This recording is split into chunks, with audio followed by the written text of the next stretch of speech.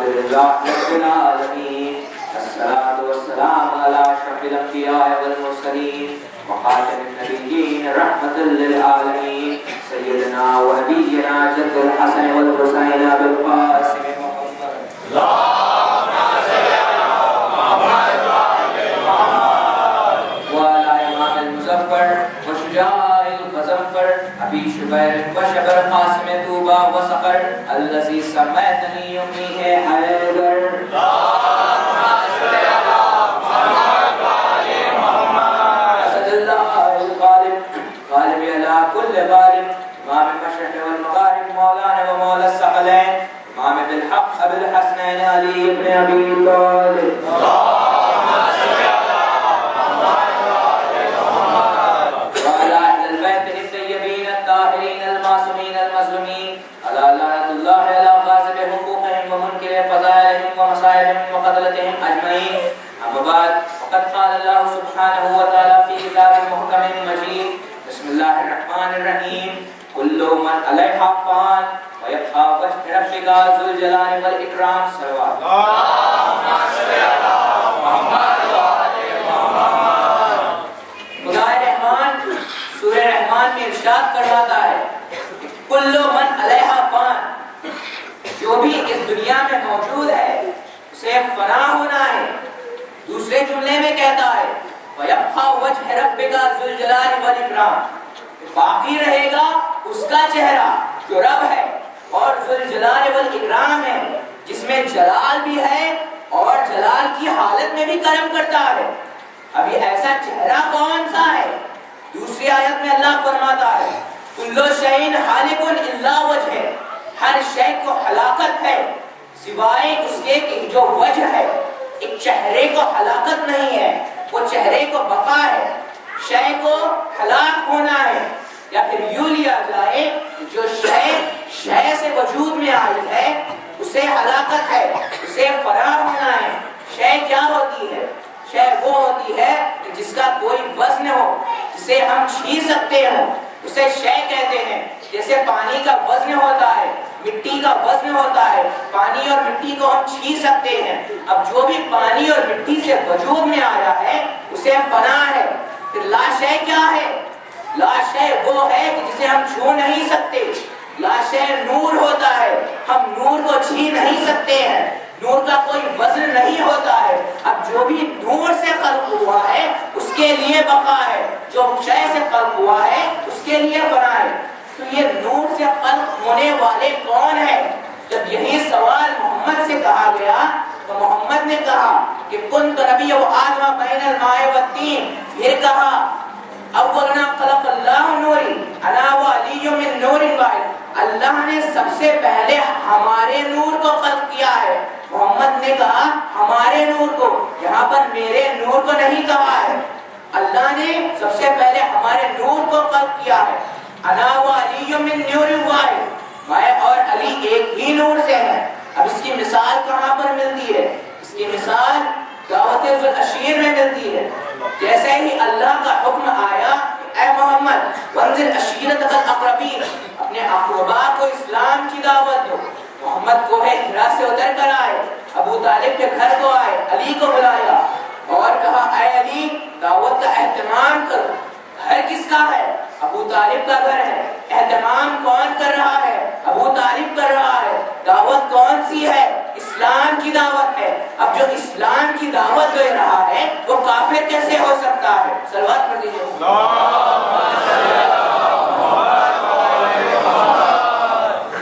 قریش کے بڑے بڑے سرداروں کو دعوت میں بلایا گیا، سب نے دسترخوان بچھا ہوا پایا، سب بیٹھ گئے اور کھانا تناول کرنا شروع کر دیا.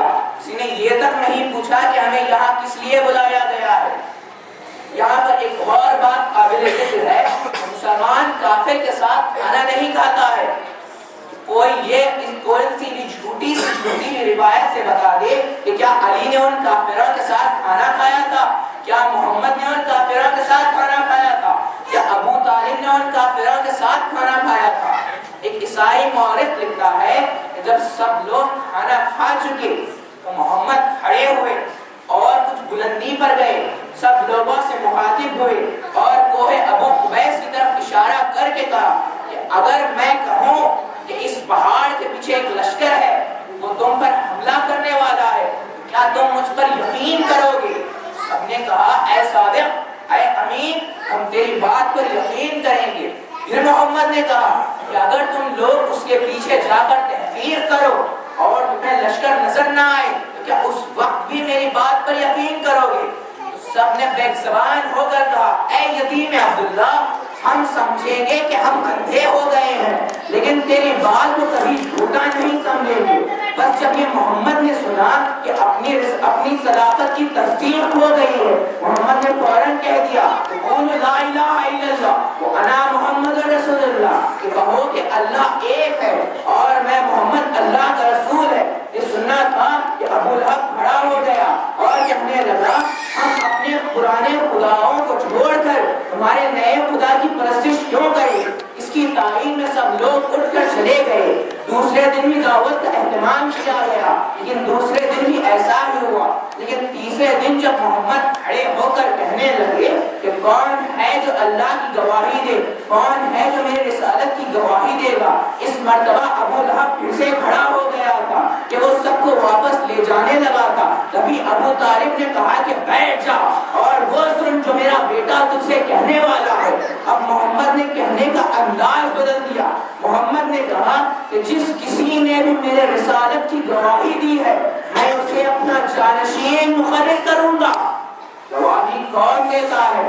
جو چاہے واقعے پر موجود ہو، یعنی اس شخص کو اس وقت موجود ہونا چاہیے جب محمد کو رسول بنایا گیا ہے، تبھی وہ گواہی دے سکتا ہے۔ محمد رسول کب سے ہے؟ جب محمد سے یہی سوال کیا گیا تو محمد نے کہا کنت نبی آدم بین الماء والطین، میں اس وقت سے نبی ہوں جب آدم پانی اور مٹی کی حالت میں تھے۔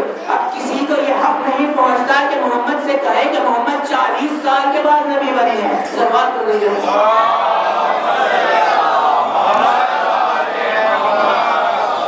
اب جو محمد نے کہا کہ کون ہے جو میری رسالت کی گواہی دے گا، 13 برس کا تمثیل کھڑا ہو گیا کہ میں گواہی دیتا ہوں کہ اللہ ایک ہے اور آپ اس کے رسول ہیں۔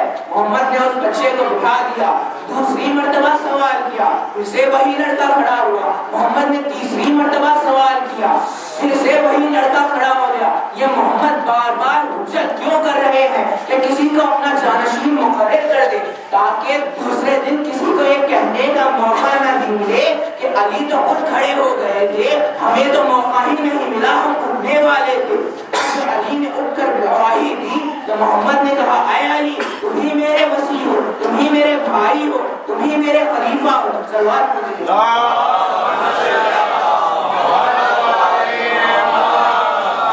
اب جیسے ہی یہ اعلان ہوا سارا عرب محمد کا دشمن ہو گیا، لیکن ایک محافظ محمد ایسا بھی تھا جو ہر رات محمد کے بستر پر اپنے بیٹوں کو سلا کر محمد کی جان بچاتا رہا ہے، تلواروں کے سائے میں اپنے بیٹوں کو سلاتا رہا ہے، اور لوگ پھر بھی اسے کافر کہتے ہیں۔ میں تو کہتا ہوں کہ ابو طالب کا ایمان ابراہیم سے بھی افضل ہوتا ہے۔ وہ کیسے افضل ہے؟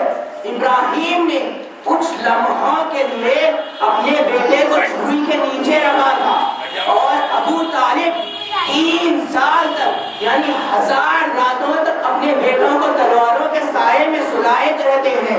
یعنی اس کا مطلب یہ ہوا کہ ابراہیم کے ایمان کو اگر 1000 سے ضرب دیا جائے تو جو جواب حاصل ہوگا وہ ایمان ابو طالب کہا جائے گا، یا پھر یوں کہا جائے کہ ابو طالب کا ایمان ابراہیم سے 1000 درجے بہتر ہے۔ صلوات۔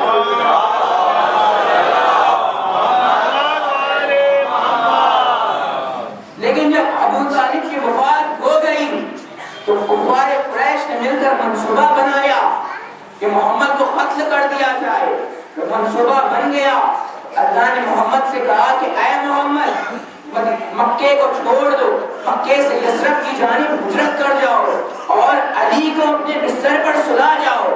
محمد نے علی کو بلایا، کہا کہ یا علی، میں ہجرت کرنے والا ہوں، میری جان خطرے میں ہے، آپ اس بستر پر سو جائیے۔ علی نے بس اتنا سوال کیا کہ یا رسول اللہ اگر میں سو جاؤں تو کیا آپ کی جان بچ جائے گی؟ محمد نے کہا کہ ہاں بچ جائے گی۔ جب رات ہوئی گھر کا محاصرہ کر لیا گیا، سارے کفار محمد کے گھر کے اطراف گھومنے لگے۔ اب محمد اس کے بیچ میں سے نکل گئے۔ اب علی بستر رسول پر سو گئے۔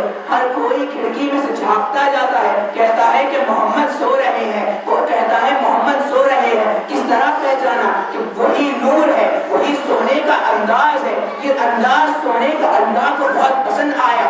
اللہ نے جبرائیل کو بھیجا کہ جاؤ جبرائیل علی سے علی کا نفس خرید لو۔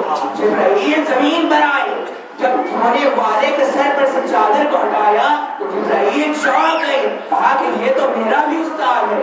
کہا سلام عرض کیا، کہا کہ مولا اللہ آپ کو سلام کہتا ہے اور کہتا ہے کہ وہ آپ کا نفس خریدنا چاہتا ہے۔ علی نے کہا کیا قیمت دو گے؟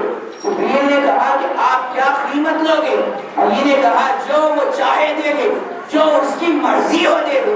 اللہ نے اس جملے کا مان رکھ لیا، اللہ نے اپنے جو چاہا تھا دے دیا، اپنی مرضی علی کو دے دی اور علی کا نفس خود خرید لیا۔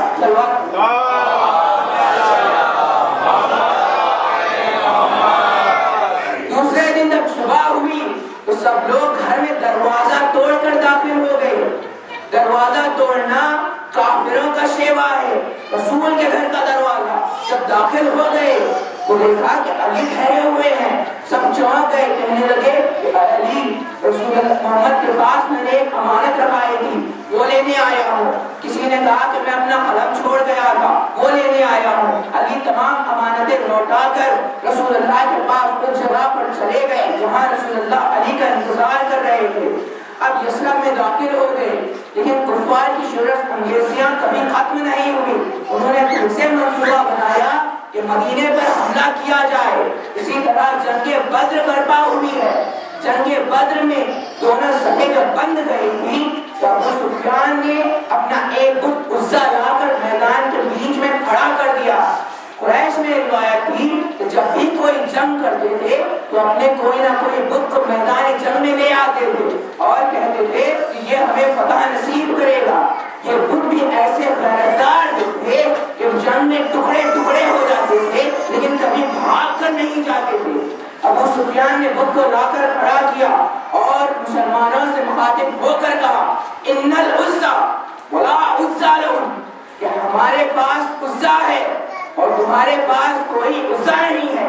اب مسلمان گھبرا گئے، نئے نئے مسلمان تھے، پہلا ہی موقع تھا، گھبرا کر رسول اللہ کے پاس آئے۔ رسول اللہ ابو سفیان ہمیں عزا سے ڈراتا ہے۔ تو رسول اللہ نے علی سے کہا کہ اے علی جاؤ اس کا جواب دے کر آؤ۔ علی اٹھے، میدان جنگ میں آئے، کچھ بلندی پر گئے اور آواز سے بلند کہا اللہ علی مولانا ولا مولا لهم، کہا کہ اللہ ہمارا مولا ہے اور تمہارا کوئی مولا نہیں ہے۔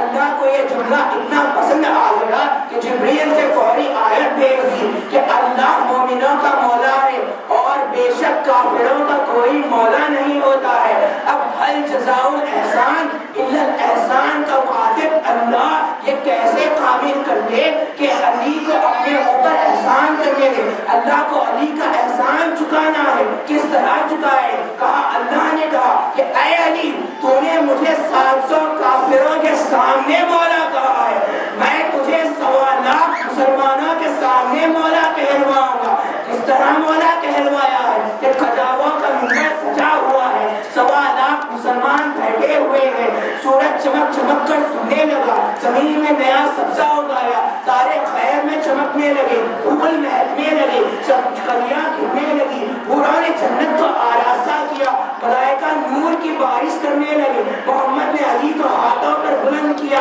کہا من کنت مولا فہذا علی مولا۔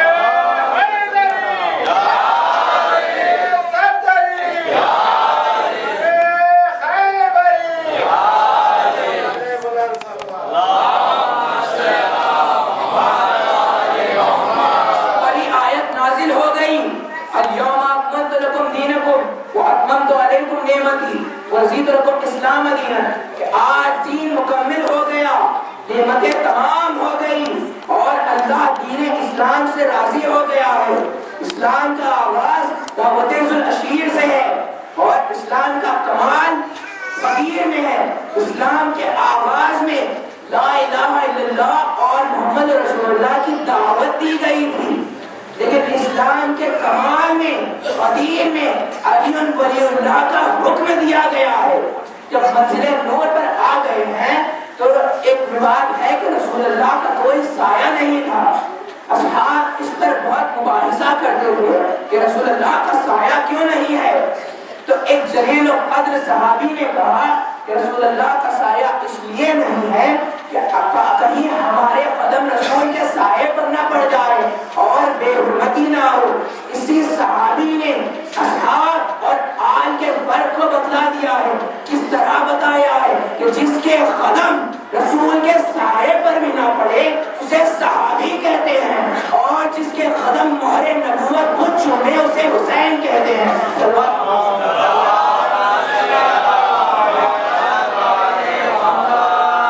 کفار نے شب ہجرت رسول کا دروازہ توڑا تھا، لیکن بعد وفات رسول بطول کا دروازہ توڑ دیا گیا. آزادہ رو فاطمہ کا پہلو شکستہ ہو گیا، علی کے گلے میں رسی ڈالی گئی، فاطمہ سے باغ فدق چھین لیا گیا. پھر فاطمہ بیوی اپنا مرثیہ خود فرماتی ہے کہ بابا مجھ پر اتنا ظلم ڈھایا گیا، اتنی مصیبتیں پڑی ہیں کہ اگر وہ روشن دن پر پڑ جاتی تو روشن دن تاریک رات میں بدل جاتی. آزادارو یہ تو تھی محمد کی فاطمہ، لیکن حسین کی فاطمہ کا کیا حال ہوا ہوگا. فاطمہ کا تو صرف در ہی جلایا گیا تھا، لیکن حسین کی فاطمہ کے سارے خیمے جلا دیے گئے ہیں. آزادارو سکینہ کو تماچے لگائے گئے، کانوں سے گوشوارے چھینے گئے ہیں. ایک روایت میں نے پڑھی ہے کہ جس کو پڑھ کر دل کہاں گیا ہے. روایت یہ ہے کہ جب کبھی بھی کوفے اور شام کے راہوں میں قافلے کو روکا جاتا تھا تو سکینہ بیوی سید الساجدین کے سامنے آ کر بیٹھ جاتی تھی اور بھائی کے پیر اپنے زانوں پر رکھ لیتی تھی. زانوں پر رکھ کر سکینہ عجب عمل کرتی تھی کہ سکینہ سید الساجدین کے پیر کے زخموں میں جو کنکریاں بھر جاتی تھی ان کنکریوں کو ہاتھ سے نکالا کرتی تھی. ایک ایک کنکر نکالتی تھی. اسی بھیا کچھ آرام نصیب ہوا ہے، بھیا کچھ چین ملا ہے. آزادارو زندان شام کی وہ تاریخ رات بھی آئی کہ سکینہ نے اپنے بھائی سے کہا بھیا پیاز جب بڑھ جائے تو حالت کیا ہوتی ہے. کہا بہن گلا سوکھنے لگتا ہے. کہا بھیا اگر اس سے زیادہ پیاز بڑھ جائے تو کیا حالت ہوتی ہے. کہا کہ آنکھوں کے سامنے اندھیرا چھا جاتا ہے. سکینہ نے کہا بھیا میری آنکھوں کے سامنے اندھیرا چھا گیا ہے. پھر پوچھا بھیا اگر پیاز اس سے بھی زیادہ بڑھ جائے تو کیا ہوتا ہے. سید الساجدین نے کہا کہ جب جسم پہ کسی عضو کو حرکت دی جائے تو ہڈیوں کے چٹکنے کی آواز آتی ہے. سکینہ نے اپنے ہاتھ کو حرکت دی. کہا بھیا پیاس کی شدت سے میری ہڈیاں سوکھ چکی ہے. کہا بھیا میں آپ سے ایک وصیت کرتی ہوں، اگر موقع ملے تو اس پر عمل ضرور کرنا. کہا بہن سکینہ کیا وصیت ہے. کہا بھیا جب میں مر جاؤں تو مجھے ایسی زمین پر دفن کرنا جہاں پر پانی زیادہ ہو، یعنی وہ زمین گیلی ہو، کیونکہ پیاس کی شدت سے میری ہڈیاں سوکھ چکی ہے. آزادارو سید الساجدین نے بہن کا لاشا دفن کیا ہے. پھر وہ مقام بھی آیا کہ کربلا سے واپسی ہوئی ہے کہ باہر مدینے کے باہر قیام کو لگایا گیا تھا. اور جب فاطمہ صغریٰ آئی تھی کہ اپنی بی زینب سے ملے تو فاطمہ صغریٰ نے دیکھا کہ ایک ضعیف شخص خیمے کے سامنے کرسی ڈال کر بیٹھا ہوا ہے. غلام کو کہا کہ جاؤ اس شخص سے کہہ دو کہ فاطمہ صغریٰ آ رہی ہے، یہ یہاں پر سے ہٹ جائے. غلام نے آ کر کہا لیکن وہ شخص نہیں ہٹا. پھر خود فاطمہ صغریٰ آ گئی. کہا کہ میں علی کی پوتی ہوں، مجھ پر پردہ واجب ہے، تم یہاں سے ہٹ جاؤ. اس شخص نے سر کو پیٹ کر کہا بہن صغریٰ تم نے بھی مجھے نہیں پہچانا ہے، میں تمہارا بھائی یعنی